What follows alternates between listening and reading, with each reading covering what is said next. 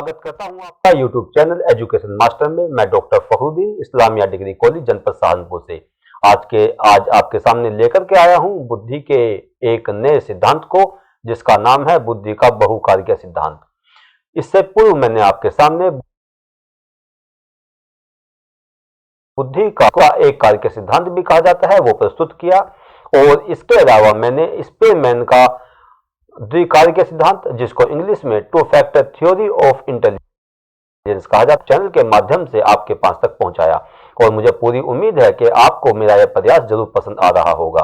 आज मैं चलता हूं आपके सामने और प्रस्तुत करता हूं कि बुद्धि का बहुकार्य सिद्धांत, जिसको इंग्लिश में multi factor theory of intelligence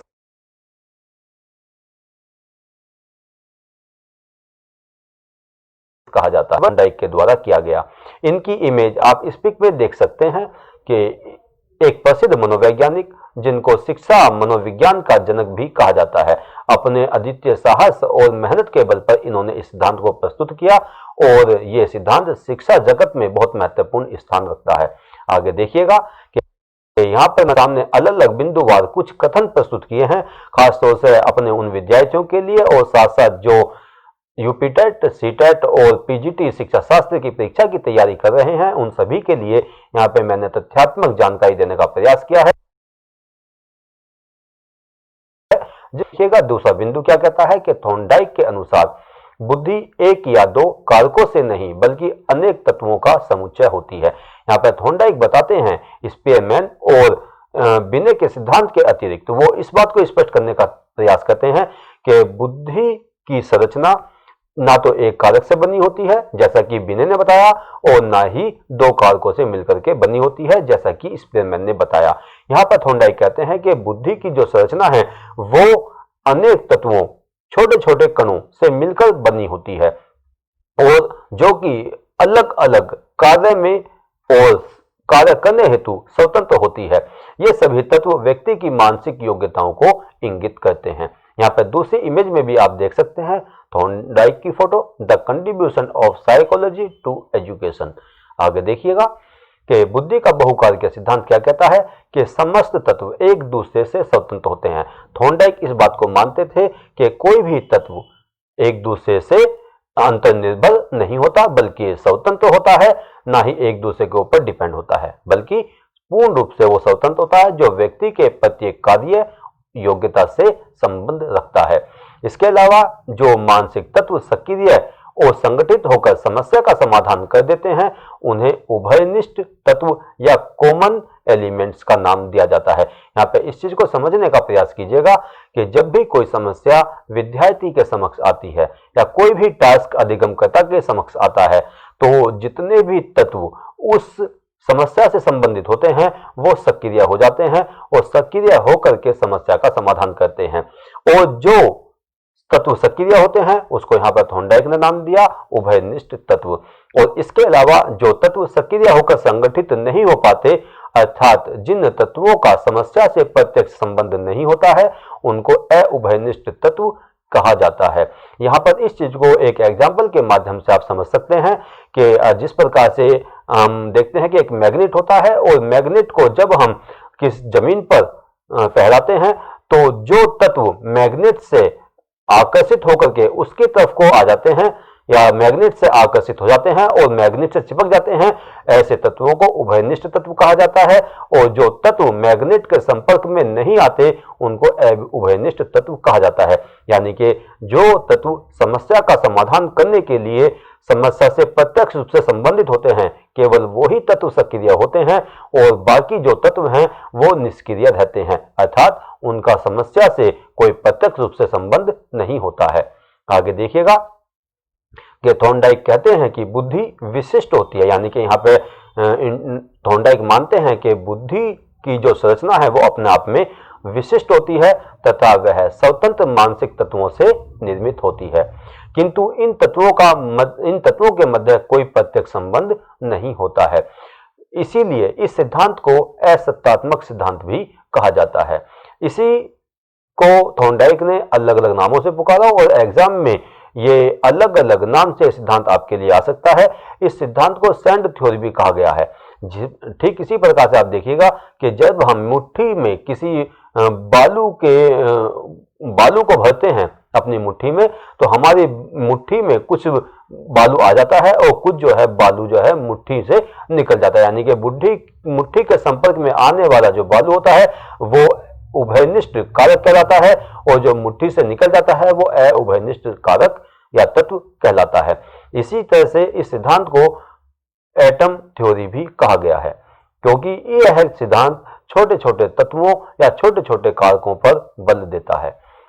आगे देखिएगा कि यहाँ पर बुद्धि के कारकों के आधार पर या इसके तत्वों के आधार पर इसके कुछ आयाम निर्धारित किए गए हैं थॉर्नडाइक के द्वारा। वो आयाम किस प्रकार से हैं, जो कि बुद्धि के इस सिद्धांत को समझने में हमें सहायता प्रदान करते हैं। इसमें पहला जो आयाम दिया गया है थॉर्नडाइक के द्वारा वह है बुद्धि का स्तर। इसका अर्थ है कि किसी कार्य को संपादित करने में कठिनाई की सीमा, अर्थात व्यक्ति कितनी कठिन समस्या का हल कर सकता है, यह व्यक्ति की बुद्धि के स्तर को निर्धारित करता है। यह बुद्धि का एक महत्वपूर्ण पक्ष है जिसका मापन अलग से वह कितने कठिन कार्य को कर सकती है। यहाँ पे दूसरा बिंदु देखिएगा इस आयाम का, बुद्धि का विस्तार या परिधि। इसका अर्थ है कि कठिनाई के निश्चित स्तर पर अनेक कार्य जिन्हें हम संपादित कर सकते हैं से है, यानी कि यहाँ पे जो बुद्धि के विस्तार या बुद्धि की परिधि से जो संबंध है वह है कठिनाई का एक निश्चित स्तर, वो स्तर जिस स्तर तक जाकर के हमारी बुद्धि किसी भी समस्या का समाधान कर सकती है। इससे अर्थ यह भी लिया जाता है कि व्यक्ति कितनी सफलता प्राप्त करने की संभावना या प्रत्याशा रखता है। इस बिंदु को अनुभव के विस्तार और सीखने के अवसर द्वारा भी निर्धारित किया जा सकता है। बुद्धि परीक्षणों में समान कठिनाई के प्रश्नों या कथनों द्वारा विस्तार को प्रस्तुत किया जाता है।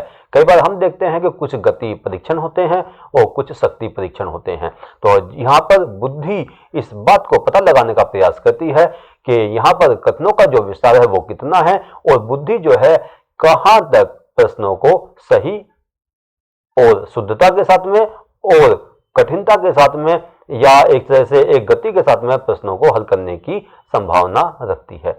आगे देखते हैं बुद्धि का क्षेत्र। इसका अर्थ है कि प्रत्येक स्तर पर स्थितियों की कुल संख्या जिसके प्रति अनुक्रिया करने में व्यक्ति समर्थ होता है। इसका यह भी अर्थ है कि व्यक्ति कितनी अधिक एवं भिन्न समस्याओं को हल कर लेता है। क्षेत्र व्यक्ति की बुद्धि के प्रत्येक स्तर पर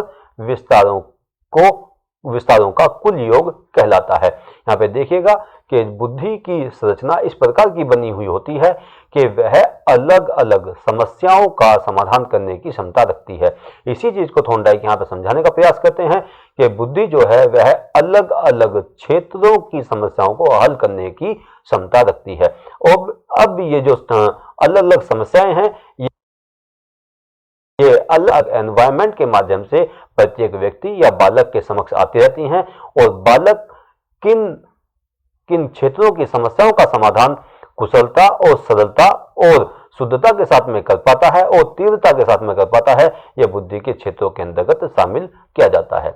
इसके अलावा बुद्धि की गति या चाल, यह अगला आयाम है, चौथा आयाम है इसका, जिसमें बताया गया है कि बुद्धि की गति या चाल से तात्पर्य परीक्षण के कथनों को हल करने की तीव्रता एवं शीघ्रता से है। जैसे कि मैंने पिछले गति क्षेत्रों के अंतर्गत बताया कि बालक कितने क्षेत्रों की समस्याओं को है, तो यहाँ पे उस चीज को बताया गया है कि वह उन समस्याओं को अलग अलग क्षेत्रों के आधार पर हल कर लेता है, लेकिन कितनी शुद्धता के साथ में और कितनी तीव्रता के साथ में हल कर सकता है, उसी को एक नए आयाम के रूप में यहाँ पे बुद्धि की गति या चाल के रूप में प्रस्तुत किया गया है।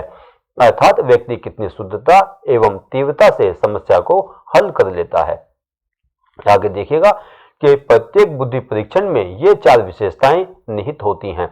जब हम किसी व्यक्ति का परीक्षण करते हैं तो हम उसे एक विशेष संख्या के कार्य देते हैं, यह क्षेत्र के अंतर्गत आता है।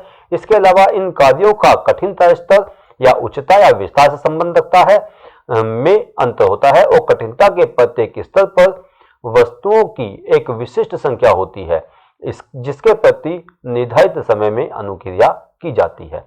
आगे देखिएगा कि थॉर्नडाइक ने इन चारों आयामों की तुलना बालू से की है। ये एक महत्वपूर्ण बिंदु जो कि मैंने आपको पहले ही बताया था और एग्जाम में अक्सर आता है कि थॉर्नडाइक के सिद्धांतों को किन किन नामों से जाना जाता है।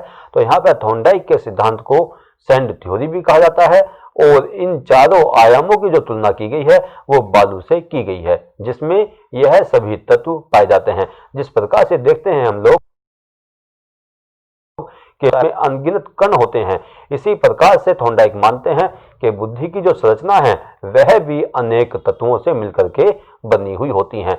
और आज के समय में विज्ञान ने भी इस बात को सिद्ध किया है कि मस्तिष्क की जो संरचना है, ब्रेन की जो संरचना है, वो करोड़ों अरबों न्यूरॉन से मिलकर के बनी हुई होती है और सभी में यह तत्व हैं। इसीलिए इस सिद्धांत को यहाँ पर सैंड थ्योरी भी कहा गया है। उनके इस सिद्धांत को एटम थ्योरी भी इसी आधार पर कहा गया है कि बुद्धि की संरचना जो है वह अनेक न्यूरॉन्स से मिलकर बनी होती है, जिनकी संख्या निर्धारित नहीं की जा सकती, क्योंकि ये लाखों अरबों की संख्या में ये न्यूरॉन्स होते हैं जिनका अलग अलग काम होता है। तो यहाँ पर इस सिद्धांत को समझाने के लिए एटम या कणों का सहारा लिया और हम समझते हैं कि बुद्धि का यह सिद्धांत अपने आप में बहुत ही लाभान्वित है और बुद्धि का यह सिद्धांत बहुत ही महत्वपूर्ण है और साथ साथ शिक्षा के क्षेत्र में यह अपना महत्वपूर्ण योगदान भी रखता है। इसके अलावा हम ये भी देखते हैं, जैसे मैंने अभी आपको कुछ देर पहले एग्जाम्पल दिया कि जिस प्रकार से मैग्नेट जो होता है, जब हम उसको किसी जमीन पर फिराते हैं उसको, तो मैग्नेट के संपर्क में आने वाले कण यानी कि जो लोहे के छोटे छोटे कण होते हैं वो तुरंत जो है मैग्नेट के संपर्क में आ जाते हैं और बाकी कण जो है पाते। इसको इसी आधार पर लिया जा सकता है कि जो बालक के सामने गणितीय समस्याएं आती हैं या भाषा संबंधी समस्याएं आती हैं या तार्किक समस्या आती हैं, तो समस्या से संबंधित जो तत्व होते हैं वो तुरंत सक्रिय होकर के समस्या का समाधान करने का प्रयास करते हैं और जो बाकी तत्व होते हैं वो सक्रिय नहीं होते, वो निष्क्रिय रहते हैं। तो यहाँ पर इस सिद्धांत को किया गया है। तो मैं समझता हूं कि मेरा यह प्रयास आपको भी पसंद आया होगा। जिस प्रकार से थॉर्नडाइक ने अपने सिद्धांत को प्रस्तुत किया, मैंने भी ये प्रयास किया है कि आपको यह सिद्धांत समझ में आए। इसी के अलावा कुछ अन्य जो वीडियोस मैंने आपको बुद्धि के आधार पर बना के भेजी, बुद्धि कंसेप्ट को क्लियर करने के लिए भेजी हैं, मुझे पूरी उम्मीद है कि आपको पसंद आ रही होंगी। तो बुद्धि की अवधारणाओं और सिद्धांतों को सरल ढंग से समझने के लिए और तथ्यपूर्ण ढंग से समझने के लिए आप लगातार मेरा YouTube चैनल एजुकेशन मास्टर देखते रहिए और अपने जितने भी संबंधित संपर्क में जितने भी लोग हैं जो बीएड कर रहे हैं, बीटीसी कर रहे हैं या यूपी टेट, सीटेट या किसी भी प्रतियोगी परीक्षा की तैयारी कर रहे हैं, जो खासतौर से अध्यापक भर्ती परीक्षा की तैयारी है, उनको आप सेंड करने का प्रयास कीजिएगा। इसको लगातार शेयर कीजिएगा, लाइक कीजिएगा और सब्सक्राइब कीजिएगा। Thank you so much.